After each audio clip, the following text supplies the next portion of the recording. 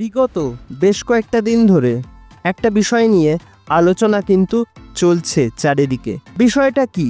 বিষয়টা হলো আশিক কুরুনিয়ান তিনি কি মোহনবাগান ছাড়বেন বা ছাড়তে চলেছেন আসন্ন মরশুমে? তাকে দলে নিতে আইএসএলের বিভিন্ন দল আগামী মরশুমে যে আগ্রহী সেরকম একটা খবর পাওয়া যাচ্ছে। সেটা ট্রান্সফার মার্কেটের বিষয়। কিন্তু আমি এই ভিডিওতে আমার ব্যক্তিগত কিছু মতামত শেয়ার করতে চাই তোমাদের সঙ্গে। প্রথম বিষয়টা হলো মোহনবাগান এই মরশুমে চ্যাম্পিয়ন একটা দল, যারা কিন্তু গোটা মরশুম জুড়ে একটা ধারাবাহিকতা তাদের খেলার মধ্যে দেখিয়েছে। আর এই রকম কনসিস্টেন্সি বা ধারাবাহিকতা গোটা মরশুম জুড়ে ধরে রাখার ক্ষেত্রে একটা গুরুত্বপূর্ণ ভূমিকা পালন করে দলের প্রত্যেকটা প্লেয়ারের মধ্যে পারস্পরিক বোঝাপড়া, যেটা এই মরশুমে আমরা গোটা মরশুম জুড়ে মোহনবাগানের পুরো দলটার মধ্যে দেখতে পেয়েছি।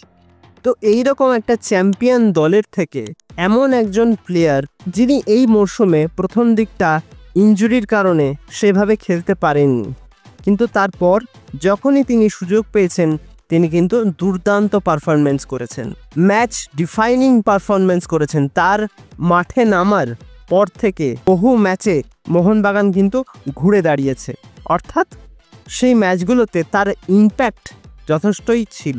তো এরকম একজন ইম্প্যাক্টফুল প্লেয়ারকে মোহনবাগান ছেড়ে দেবে? বিশেষ করে সুপার কাপে তিনি যে পারফরমেন্স, যে ডমিনেশন দেখিয়েছেন, যে স্কিল মুভমেন্ট আমরা তার থেকে দেখতে পেয়েছি, সেগুলো সত্যি কি ভুলে যাওয়া সম্ভব? আমার তো মনে হয় না। যখন যেভাবে মোহনবাগানের প্রয়োজন পড়েছে তখন কিন্তু তিনি সেই গেম প্ল্যানে, সেই ফরমেশনে নিজেকে অ্যাডাপ্ট করে নিয়েছেন, সেটা হোক ডিফেন্ডার হিসেবে বা উইঙ্গার হিসেবে। তো এরকম একজন ভার্সেটাইল ফুটবলার তিনি কি মোহনবাগান ছেড়ে চলে যাবেন?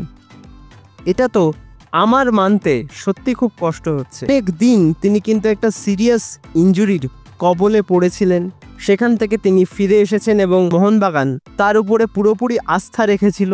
সেই আস্থার প্রতিদান কিন্তু এই মরশুমে আমরা তার কাছ থেকে যে কটা ম্যাচে তিনি মাঠে নেমেছেন সেখানে দেখেছি।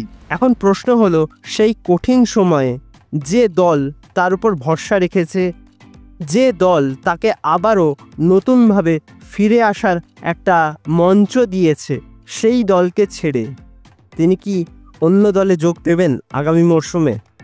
আমার তো মনে হয় না। এখন ট্রান্সফার মার্কেট এমন একটা বিষয় যেখানে সিচুয়েশন যে কোনো মুহূর্তে পরিবর্তন হতে পারে। আমার মনে হয়, এটা আমার সম্পূর্ণ ব্যক্তিগত একটা মতামত, যে তিনি কিন্তু মোহনবাগান ছাড়বেন না। এবং বিশেষ করে মোহনবাগান যেভাবেই দল গঠন করুক না কেন, তারা কিন্তু একটা দীর্ঘমেয়াদী পরিকল্পনা বা চিন্তাভাবনা করেই দল গঠন করে। সেখানে আশিক কুরুনিয়ানের একটা দীর্ঘমেয়াদী চুক্তি রয়েছে মোহনবাগানের সঙ্গে। এছাড়াও তার বয়সটা কিন্তু মাত্র 27 বছর, অর্থাৎ এখনও অনেকগুলো মরশুমে কিন্তু তিনি মোহনবাগানের জার্সি পরে মাঠে নামতেই পারেন। তো এই দিক থেকে দেখতে গেলেও কিন্তু আমার মনে হয় আশিক কুরুনিয়ানের মোহনবাগান ছাড়ার সম্ভাবনা নেই বললেই চলে। তো এই বিষয়টা নিয়ে তোমাদের কি মতামত? তোমরা কি ভাবছো? প্লিজ আমাকে কমেন্ট করে জানিও। আর ভিডিওটা যদি ভালো লাগে লাইক, কমেন্ট, শেয়ার এবং সাবস্ক্রাইবটা অবশ্যই করে দিও।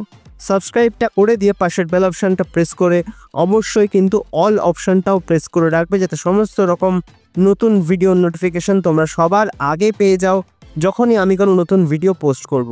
তো আজকের মতন ভিডিওটা তাহলে এখানেই শেষ করছি।